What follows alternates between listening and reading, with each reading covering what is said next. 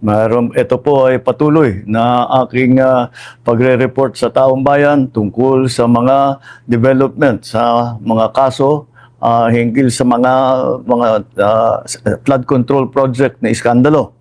Ngayong araw, inatasan ko ang DOTR at saka yung CAAP na makipag-ugnayan sa mga kaibigan natin sa Malaysia at saka sa Singapore.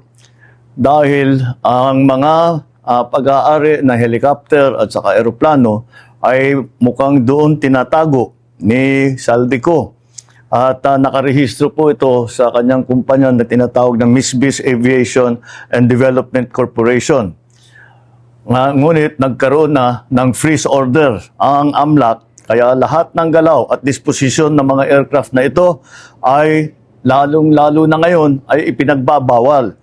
Dahil kailangan natin ipalaman sa lahat ng mga pugante, hindi pwedeng gamitin ang mga ari-arian na galing sa kaban ng bayan na tinakaw ninyo para tumakas o umiwas sa batas. You cannot steal from Filipino people and expect to hide or fly away on your private jets.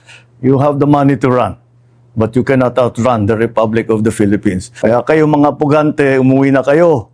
Ang payo ko sa inyo, hindi na kayo turista, hinahabol na kayo ng batas. At isa pang development po, ngayong araw din kinonfirma ng DOJ na si Henry Alcantara ay nagbalik na ng 110 million sa gobyerno at sa loob ng 2 linggo ay magbabalik pa ng 200 milyon. This government intends to bring back every peso, every asset, every person responsible and return it to the Filipino people. Maraming salamat po. Magandang araw po sa inyo lahat.